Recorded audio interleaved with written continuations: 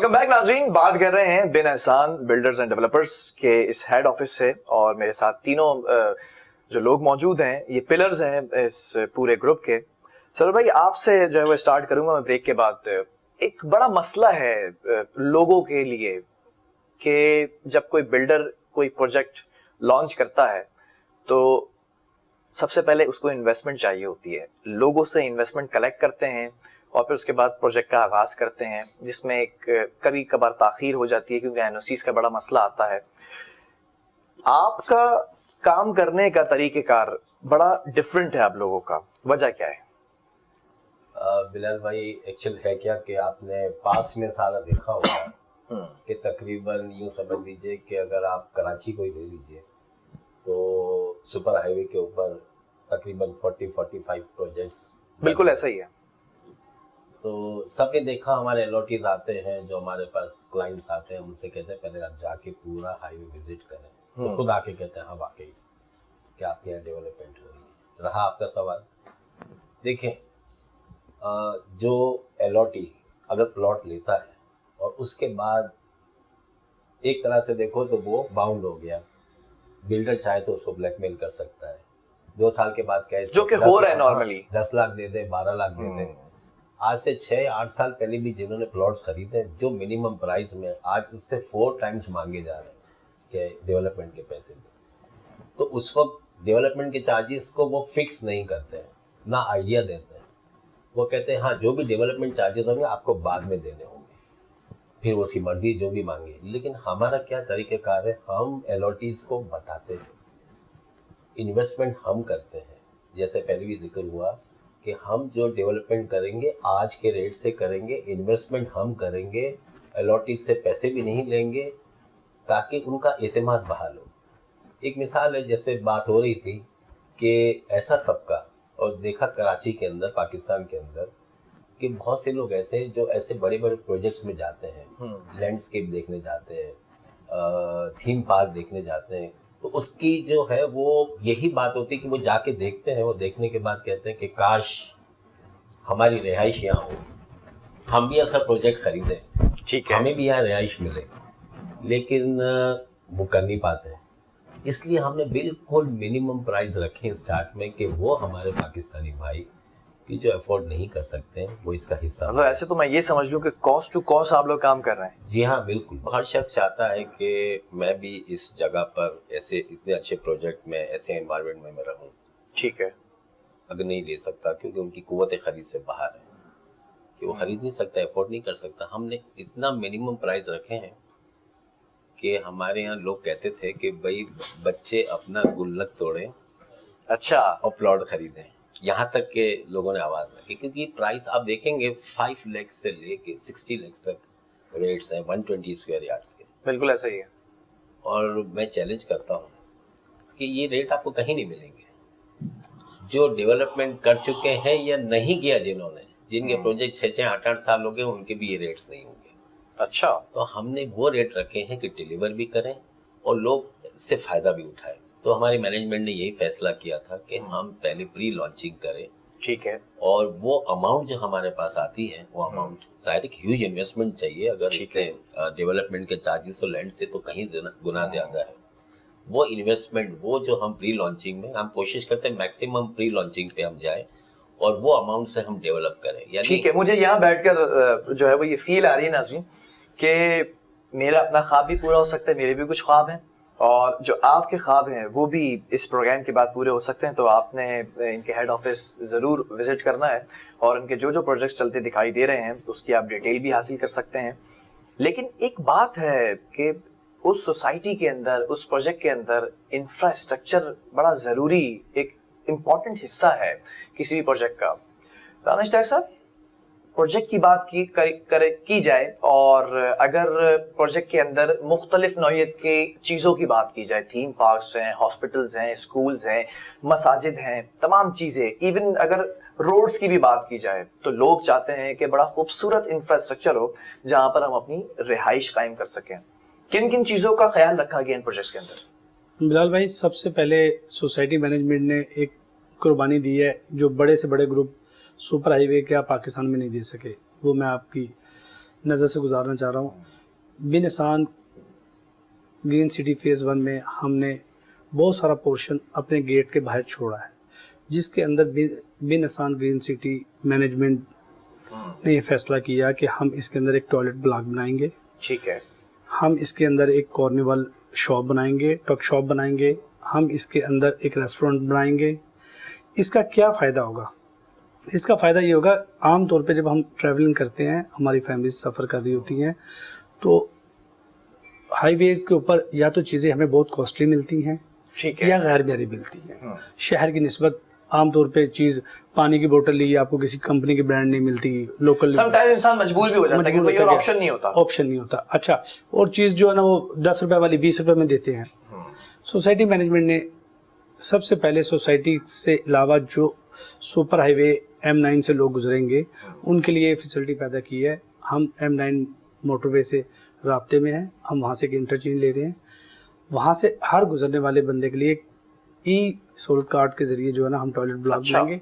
उस toilet block का standard एक स्टेप उससे आगे होगा, जहाँ पे आप खुशी से अपनी फैमिली को ले जाएंगे। अच्छा, उसकी किसी किस्म की कोई चार्जेस नहीं लिए जाएंगे। उसके अंदर जो असेसिस लगेंगी वो टॉप ब्रांड की असेसिस लगेंगी। उसकी सफाई क्लीनिंग सोसाइटी खुद रखेगी। आप मोटरवे से गुजर रहे हैं तो यकीनन आपका स्टाफ बिन एहसान होगा। हमारे तीनों प्रोजेक्ट्स हर मोटरवे वाले से राइट लेफ्ट जिस तरफ से भी गुजरेंगे उनके लिए वो स्टाफ बिन एहसान होगा। पहली बात तो ये है। दूसरी बात ये है कि हमने अपना 100 एकड़ का जो प्रोजेक्ट है उस पर 150 फीट का मेन बुलेवार्ड रखा है, जो कि एक नामुमकिन बात है किसी भी सोसाइटी के लिए। आमतौर पे सोसाइटी में लोग 30 फीट का, 35 फीट का, 40 बहुत ज़्यादा रखते हैं तो 40 फीट का। इसमें हमारे 3 रोड्स हैं सोसाइटी के अंदर जाने के लिए। हमने डॉक्टर अब्दुल कदीर साहब का हॉस्पिटल, जैसा कि CEO साहब ने बताया कि उनकी ज़िंदगी में उनसे हमने एक एग्रीमेंट किया कि उनसे वहाँ पे हमने एक बिन एहसान ने अपनी लैंड दी है डॉक्टर इंटीरियल सिंध के लोगों के लिए, जो वहाँ पे एक हॉस्पिटल बनेगा एक इंटरनेशनल मेयर का, जो वहाँ पे लोग अपना इलाज मुआवजा करा सकेंगे, इंटीरियल सिंध के लोग आए हुए। ठीक है। दूसरी बात यह है कि हम एक बटरफ्लाई पार्क लेके आ रहे हैं। बटरफ्लाई पार्क जो कि इससे पहले सिंध में नहीं है, पंजाब में मैंने बनाई हुई है, मेरे हाथ से गुजरी है, हमने काम किया हुआ है। तो इंशाल्लाह ताला मैं समझता हूँ कि कराची के लोग और इर्द गिर्द के लोग, हैदराबाद के लोग इस सहूलत से बहुत फ़ायदा उठाएंगे अपने बच्चों और फैमिलीज़ के साथ। उसके अंदर पूल है, बटरफ्लाई पार्क के अंदर बहुत सारी चीज़ें हैं, ओपन फॉर ऑल होगा, ओपन सब के लिए होगा। तो लोग आने वाले जाने वाले तो वो उससे लोग अपना फ़ायदा लेंगे। और एक कराची शहर के अंदर वैसी तफरीह मकामात का बड़ा फक़दान है, तो ये बड़ा अच्छा है। बिन एहसान जो सबसे पहले जिस चीज़ पे काम कर रहा है ना, वो इस चीज़ पे कर रहा है कि कराची शहर के लोगों को हम कोई ऐसी सहूलत फराहम करें। जैसा कि मैंने पहले आपसे डिस्कस की, हमारा पूरा ग्रुप कतर गया, हमारा ग्रुप जो दुनिया के मुख्तलिफ जो तरक्की याफ्ता मुल्क हैं उनमें विज़िट कर रहा है। सिर्फ हमारी बेस एक है कि हम कराची के लिए कोई ऐसी एक चीज़ ले आएँ जिस पे बहुत तेज़ी से पूरी मैनेजमेंट सर जोड़ के बैठी है कि पूरी कराची फील करे कि हम अपने घर के अंदर आ गए हैं। हमने अपनी जो ग्रीन वैली है उसके अंदर 350 एकड़, जिस इतने एरिया में लोगों की सोसाइटी होती है, हमने 350 एकड़ उसके लिए रिजर्व कर दी है। उसमें हमारे पास नेचुरल झील है, नेचुरल चीज़ें हमारे लैंड के अंदर है। हम उन सब चीज़ों को यूटिलाइज़ कर रहे हैं मरीना की शक्ल में। हम उनको अपने पूरी पार्किंग और उन्हें पार्क्स और डिफरेंट कुछ ऐसी चीज़ें पूरी दुनिया से हम रिसर्च कर रहे हैं। हम ऐसे 350 रिजर्व कर चुके हैं हम एकड़।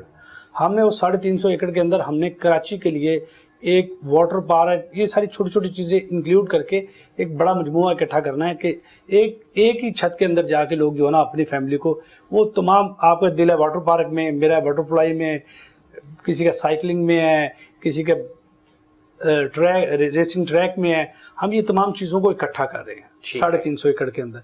वो तमाम तर चीज़ें आपको कराची से वहाँ पे ले जाएंगे, सुपर हाईवे पे ले जाएंगे, एक एंटरटेनमेंट होगा और हर लिहाज से जो है ना डिफरेंट प्रोजेक्ट होगा। बिन एहसान प्रोग्राम से पहले I've heard about Rana Ishtiyaq साहब की इन तमाम चीज़ों के ऊपर काम करते नजर आ रहे हैं। फाज साहब, सवाल मेरा कुछ और था आपसे, लेकिन कंटिन्यूटी के साथ अगर आऊँ इस पर बात करूँ, अब्दुल कदीर खान का जो जिक्र किया, बड़ा इंटरेस्टिंग ये मुझे बात लगी, मरहूम अब्दुल कदीर खान साहब, ये क्या मामला है? हॉस्पिटल उनसे मंसूब है?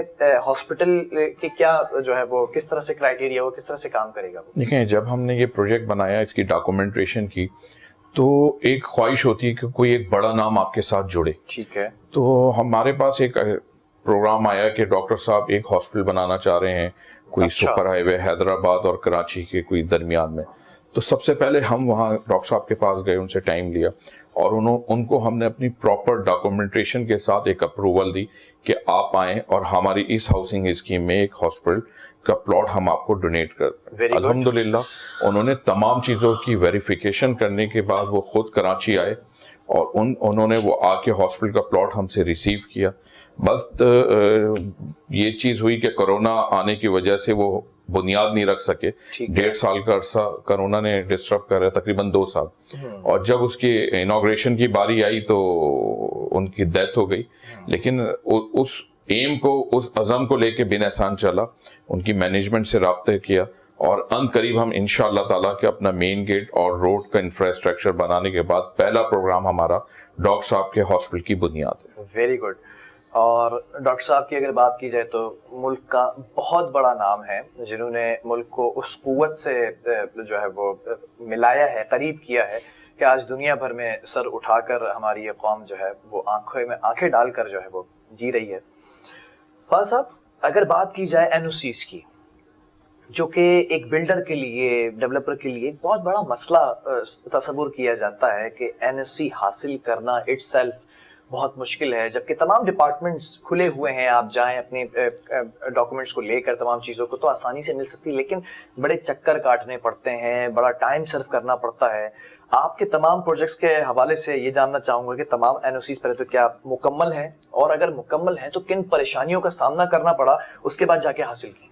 देखें, जैसे मैंने आपको बताया कि गवादर में हमने सीखी डॉक्यूमेंटेशन एक महकमे के साथ, गवादर डेवलपमेंट अथॉरिटी के साथ। बिल्कुल इसी तरह ये जहां हमारा एरिया M9 का मेन सुपर हाईवे का, ये आती है SDA 7 डेवलपमेंट अथॉरिटी में। तो सबसे पहले हम वहां गए कि हमें क्या क्या डॉक्यूमेंटेशन चाहिए। तो सबसे पहले आबाद की मेंबरशिप होती है। आबाद की मेंबरशिप उस वक्त होती है जब जमीन या कोई ऐसा प्लॉट जिस पे आप काम कर रहे हो वो आपके नाम हो, तब आपकी आबाद की मेंबरशिप होती है। आप मेंबर बनते हैं, उसके बाद आपके पास बिल्डर एंड डेवलपर के लाइसेंस होते हैं जो SBCA आपको जारी करती है। उसके बाद आपका प्रोसीजर स्टार्ट होता है इदारे के साथ। तो जब आपके पास डॉक्यूमेंटेशन कंप्लीट हो, ये एनओसी, ये लाइसेंस हो, मेंबरशिप हो, उसके पूरा एक समझ लें एक फाइल कंप्लीट करके आप SDA में सबमिट कराते हैं, जिसका 15 से 16 दिन का एक प्रोसीजर होता है, जिसमें वो एक अखबारी ऐड देते हैं कि किसी को इतराज ना हो, बाकायदा कमरे बनते हैं, जो तरीकेकार है। अल्हम्दुलिल्लाह लोग हमें डराते थे कि 5-5 साल एनओसी नहीं होती, 2-2 साल एनओसी नहीं होती, लेकिन बहुत मिनिमम टाइम में अखबारी ऐड के साथ उस कम से कम अरसे में हमने तमाम प्रोजेक्ट की एनओसी ली, प्रॉपर एनओसी ली, गैस की एनओसी ली, बिजली की एनओसी ली, स्टोरेज की एनओसी ली, बाउंड्री वॉल की एनओसी ली। अल्हम्दुलिल्लाह कि बिना